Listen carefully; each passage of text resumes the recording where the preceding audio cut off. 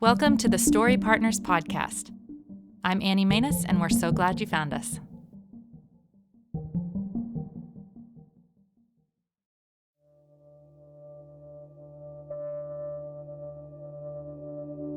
In that moment, I think something just came over me and I sort of lunged at her. I didn't touch her, but I kind of went toward her in this eagerness to save her. And I said, "You don't have to do this." And she just turned around at me and her eyes said everything, which was, "Yes, I do."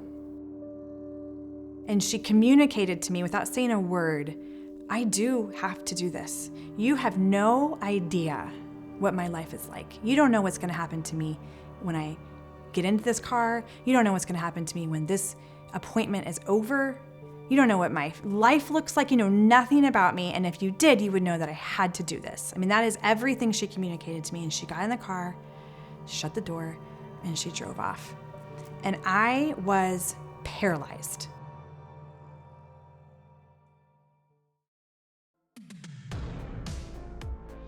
That was a clip from last week's episode with Simone Halpin. This is a two-part series, so if you're just joining us, be sure to go back and listen to part 1 of this story called Exploited.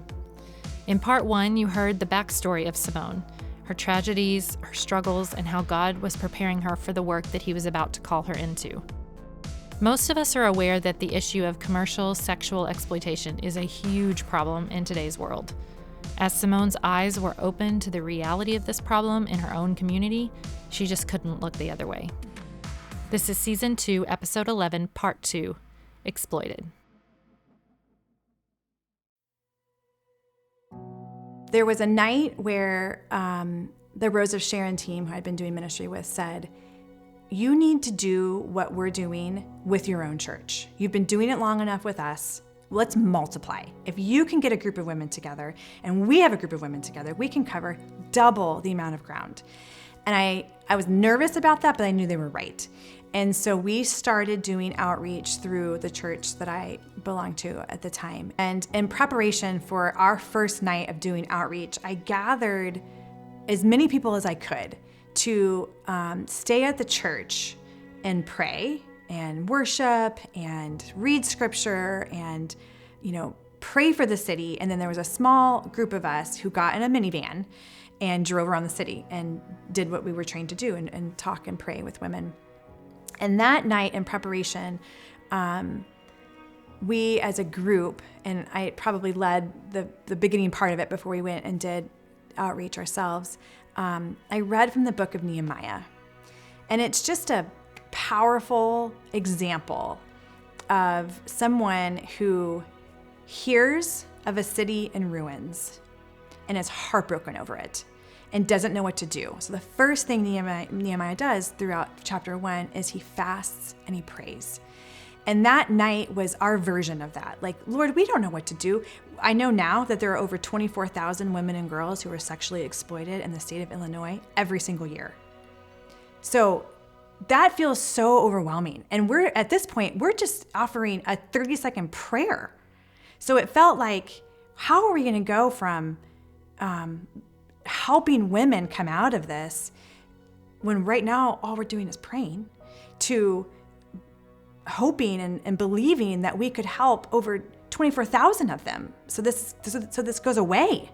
It just felt so huge. And Nehemiah just served as a mentor, a roadmap. This is what you do. You get before the Lord and you fast and you pray and you ask him to show you what's next. And so we started that night. It was hours. I remember getting back to the church after we had done several hours of outreach, and everyone in that room was exhausted. They had been singing and praying and having no idea what we were doing on the streets, if we were even encountering women. And I just remember coming back and they were exhausted. But when they saw us come back in and knew that we had moments to share the love of Jesus with women, that's all they needed. It was fulfilling to them, and they felt purposeful. We were all felt a part of what God was up to that night. And so then the passion and the belief that God could do something and bring healing to women who were being exploited, it started to really catch on. It was like a fire. And it was powerful. And so that's where we started, just fasting and praying. And then Nehemiah's second step or third step or whatever it is he went to the king where he was the cupbearer and he asked, can I leave and go rebuild my city? And he was granted yes. And in so many parallels, it wasn't me alone, but it was a collection of us women who said, can we go to the city and build, and in some sense, rebuild a home for the women who have been lost and who are being exploited? I was approached by a woman who runs a ministry in Atlanta. We had already had a relationship because she had written a book and I worked for a church and we were promoting the book. We were using the book as curriculum. I mean, it was just, we were pretty neck deep as a church community by the time this story happened and what we can do to help exploitation. This wasn't a brand new topic for us. Now we were years into it. And that woman called me because I remember I had to find childcare like on a dime, and that's hard to do, for an infant. And figured that out, met her at our church. I had like a 20-minute conversation with her, and there was something in my spirit that knew I need to meet with her. She's saying she's got 20 minutes before she gets on the plane. She has to talk to me. And there was just something in me that knew, do this, figure this out. And I went and I met with her, and she said, Simone, I want you to do in Chicago what I'm doing in Atlanta, and I will help you every step of the way. I mean, those were her exact words. And I said, like a dummy, okay, not having any thought of what that meant. I didn't even know what she meant, but I just said, okay. And that was in the fall of 2012. I had a partner at the church I worked with. I was the director of women's care. She was the director of women's ministry. Our relationship is still so precious. She's 30 years older than me. So when I was in my mid-30s when this was happening, she's in her mid-60s. And we were just a hysterical duo. And I went to her and said, we gotta do this. We gotta figure this out. And she's a fantastic risk taker and said, okay, we'll figure it out. And so we approached the elders of our church and said, we want to open a home for women who are coming out of sex trafficking. And we have an organization in Atlanta who will help us. And they said, yes, shockingly. And they said two things at that meeting. They said, we cannot fund you. So you're going to have to figure out how to fund this organization because we're a massive church in the city of Chicago with a massive budget. So we don't have any capacity to take on more of a liability. We can't fund you. And the second thing they said is, we actually have no idea how to run anything residential for any demographic. So you have to figure that out. And this church had launched many beautiful ministries over the years. They've been around for over 150 years. So they've launched lots of like parachurch ministries. So the idea of a new ministry was not overwhelming to them, but they also knew what they did. They also knew what they couldn't do. And it was to fund us, and they had no idea how to help women in a residential setting. So we said, okay, we'll figure it out. And that was in 2012. And we opened the physical door of Naomi's house to welcome our first resident in 2016. It took 4 years to raise the money, buy the house, write a program, and hire the staff. I am the co-founder and executive director of Naomi's House. Naomi's House is an organization that works with adult women who have suffered from commercial sexual exploitation. And we have a model that we've created over the last 7 years that works with women in 3 different programs. We have a residential program. It's called Reside, and it's where women can live in our home for a year and a half or longer, depending upon what she needs, where she completely restarts her life. We have a day program, and that's for women who have gone a little bit further with their healing. Maybe they've spent time in jail, or they've done other programming, and they are looking for services that help them continue to stay on their journey. And so our day program offers that. And we have one location in downtown Wheaton. And then we have 2 programs that are called Reset. And those are drop-in centers. Those are for women who are still stuck in the life of exploitation, and they're looking for someone to say, there's a way out. And so those are emergency services for women, and we have 2 locations of those where we provide many tangible needs for her. And if she keeps coming back and back and back, we'll eventually refer her to our day program where she can start to receive services. Or if she needs housing, we'll refer her to our residential program where she could live full-time in our services. There are some trends that we see in the lives of women who have been victimized sexually through commercial exploitation. It's very complicated, and it's hard to identify what is first. But the trends that we see in the women that we serve at Naomi's house are childhood sexual abuse, a disruption of education. So somewhere in there they faced homelessness and they stopped going to school. Early introduction to substances is another trend where someone in their life has either forced them to use drugs or influenced them in a way to which she starts using drugs at an early age. Broken families is a consistent theme, and then any form of neglect. Those are fairly consistent, and I'm always careful when explaining this because we are not looking to stereotype. Commercial exploitation can hit anyone, but in our experience, those are the trends that we see a lot of women have. Some have all of them, and some of them have experienced a handful of them. And what that does, especially when these types of traumas happen in children, it stunts brain development and it inhibits them from being able to make cognitive, healthy decisions for their life. And so then they become vulnerable to traffickers who know how to spot these very specific vulnerabilities in our young girls.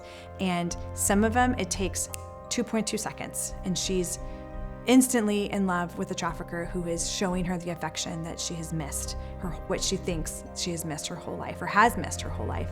Sometimes it takes years of grooming. It just looks different because we're also different as human beings. So when women come to Naomi's house and they're looking to fill that void that they're experiencing, they can't even necessarily describe it as a void. They just know that for sometimes decades. I was literally on the phone with one of our graduates this week who said, I feel like I'm on the verge of homelessness. And there is nothing logical about this thought. She's not on the verge of homelessness, but her brain believes that she is because of the length of time that she experienced homelessness as a teenager. So it comes back to her instantly, thinking, I'm about to lose it all. So having a conversation with her is talking her off that metaphorical cliff of, let's come back a little bit. Let's think about all the reasons why you're not on the verge, and just kind of walking with her through that. So those types of memories and experiences, they can come back in an instant to someone who's experienced trauma. That's what trauma is. It's an unresolved memory that cannot be filed away. So when women come and they're trying to fill that void, the list of things they want to process and the things that they want to work through, the reconciliation they want, the retribution they're seeking, all of that. Sometimes exploitation, the buying and the selling of her body for sex, is like way down on the list. She wants to address so many other things. It is a complicated web of vulnerabilities. And so to untie one at a time is so individualized. And that's one of the tenets of who we are as an organization. We do not have a one-size-fits-all program. What you need is dramatically different from what you need. And we will provide the resources for both of you in your own way and on your own timing so that you can experience healing the way you experience healing. There are certainly levels of difference of abuse and exploitation. What we see at Naomi's house is the worst. It is the most complex. It is the most traumatic. It is straight out of the pit of hell, what the women at Naomi's house have gone through and are experiencing, and how they are literally climbing their way out of that abuse to find hope to live a stable life again. I don't know how familiar, the average person is with how to heal from trauma, but community is the secret ingredient in terms of what it looks like to heal from trauma. It has to happen in community. So that's why Naomi's house has such a communal focus. I think when we start to lose faith and we have doubts in ourselves, a natural inclination is to isolate, and that makes matters worse. So victims of trauma and survivors of sex trafficking have to really fight hard to look and seek community so that they believe that they're safe and that they're not alone, and then they're not the only ones who've experienced what they've experienced, because everything in their brain is telling them to believe that they're the worst and that no one's going to believe them. And that's a natural inclination, but it's also been what they've been told. So they're fighting against the lies that they've been told. And so the heart of Naomi's house is to do everything in community. So our residential program, where we originated, it's our flagship program. It's where we're going to see the longest term commitment. It's the slowest process of healing. It's rooted and grounded in community. And it's not just community of women, but it's the community of the gospel. And everything we do and everything we provide is rooted and grounded and motivated out of the love that Jesus offers all of us. It's probably safe to say half of the women who come to Naomi's house are believers. At a point in their life, they had given their life to Jesus. They wanted so desperately to believe that this was not his life for them. They desperately wanted a relationship with him, cried out to God for rescue, and became Christians earlier in their life. And then they choose Naomi's house because they know we're a Christian faith-based organization, and they want the tools to restore the relationship with God that they once had. So not every woman who comes to Naomi's house is coming in blind, like blind faith and hard-hearted. A lot of times women are coming with a broken heart, looking and longing for God to restore to them what they once had with him. There's so much shame just layered and layered and layered in what women have experienced and what they bring to Naomi's house. And they believe that it's their fault. They really believe that they made these choices, and it's on them. And fighting those lies is what they work the most at. Establishing the name Naomi's house comes from the relationship of Ruth and Naomi of the Bible, who were both just have seen the worst that life could offer, and they were desolate. They were so without hope. But Naomi knew one thing, and that was to go home to the God of Israel. And through that obedience and Ruth joining her is where they experienced this unfailing love and provision of God. And he reconciled both of them back to his heart. This is abundant life. This is real healing. This is real life change and experience with the living God. One of my favorite stories about Jesus knowing how to heal a woman's trauma is of Mary Magdalene. And she serves with Jesus, right, under his leadership and his lordship for years. And then she witnesses his crucifixion and his death. And we can just go ahead and assume she's devastated, right? It's crazy because he had been saying, I'm going to die. And yet they were all still so devastated. Like, that's just a really hard concept for us to understand, even when we know it's happening. So he's buried, he's in the tomb. She goes to the tomb. She's gonna clean his body, right? And she gets there and the tomb is open, the stone's rolled away, Jesus is not there. And he comes up to her and starts talking to her. And Mary doesn't recognize Jesus right away. And she's devastated. And it might be a stretch. I liken this to what happens when PTSD sets in. You cannot think straight. Your trauma is reliving all over again. And if you think about her background, he saved her of 7 demons or whatever it was. And then she witnesses his crucifixion. He healed her over and over again, right? He's helping her just become more like him. And then he dies and he's gone. Now his body's gone, and she is in a full-on triggering PTSD meltdown. And he's right in front of her and she doesn't even see him. And it's not until he says her name and he says Mary that she can see him eye to eye and come back to that moment. Instead of being taken back to all of her traumatic experience, she's back in his presence and she can hear him because he says her name. And that is such a beautiful picture, I think, of how Jesus heals trauma, is that he can somehow in his power break through all of our distractions, all of the things that were done to us, and all of the memories that come flooding back that are triggering to us. And in that moment, his exact presence is what heals us. And we see it, we witness it all the time. And by just saying her name, it does something in her brain, like alerts a sense. He's here and I'm safe. When I said yes to taking the first step in establishing Naomi's house, I did not have the bigger picture in mind. I couldn't. I had little babies at home and I was only doing this part-time. I only had the capacity to say yes to the very next step in front of me. But I look back now and see it is so obvious that God used women, God used community, God used safe people in my life to bring and usher in healing for me. And it's the heart of Naomi's house where we tell women you can come just as you are. And there's nothing you can say or do or anything that has been done to you or you've witnessed that can keep you from the love that God has for you.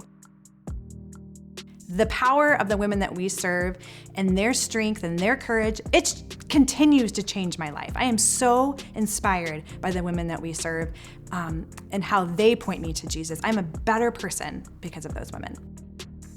I don't think true Christian discipleship can happen in our lives if we are not engaged with and walking alongside and doing life with people who have experienced the truest form of brokenness.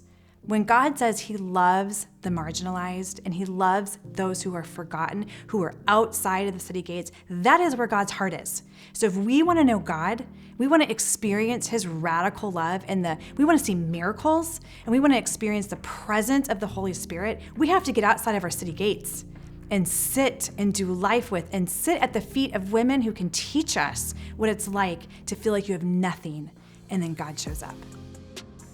If you start to read the Bible looking for the power of what happens when women come together with women and believe Jesus to be their healer, you see communities and lives and generations change. When we see a woman go through 18 months of building day-by-day steps of trust, the amount of life change that you see in a woman's life, it is night and day. You see it physically in their appearance, but you also see it in their emotional capacity and their depth of spiritual capacity, where they went from not believing that God cared or loved them, or they too much shame that he could never love them, to, being publicly baptized and sharing their testimony in a local church. I mean, it's dramatic life change. I don't know how long God has Naomi's house in my future. I have no idea. But as long as I'm, in the role I'm in and have the responsibility that I bear, I want to do it the best that I can because I know whose lives are dependent upon it. We're fully aware that if a woman were to walk out our door, that there's a chance we will never see her again, based on what she's fighting. So the heavier the weight, the stronger my desire within me becomes, God, I need you. This is too big. This is not a weight or a burden for one person to carry or for our team to carry. This has to be you. This will only work if it's you. And when I sit in the mornings with my Bible open and sitting before the Lord with scripture, that's all I see. Just time after time after time is his relentless pursuit of people that he loves. And he will go to any extreme to bring people back to him.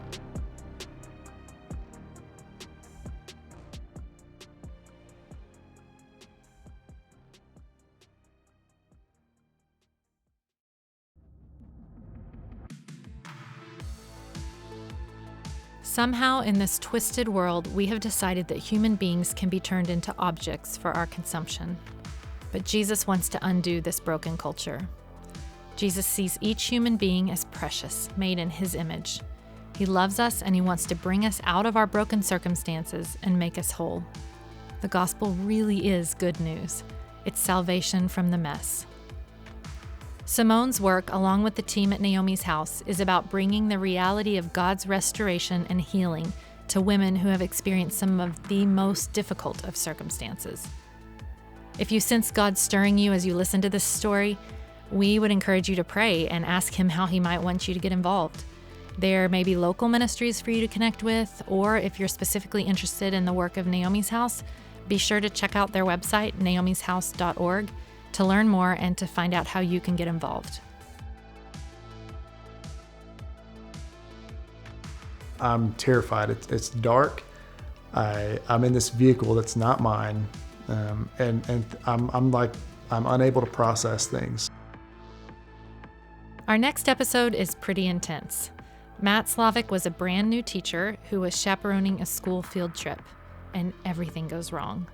You don't want to miss this one. Join us for our next episode called The Road to Freedom.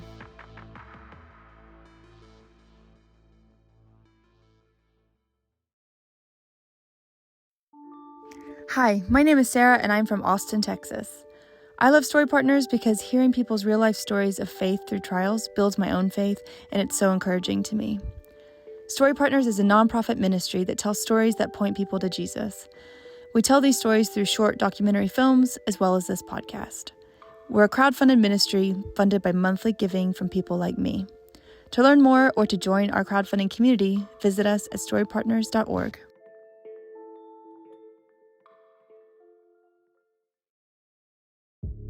Thanks for listening to this episode of the Story Partners podcast. This story was recorded and edited by Walt and Annie Manus. If you were encouraged by it, we hope you'll share it with a friend. We'll see you next time.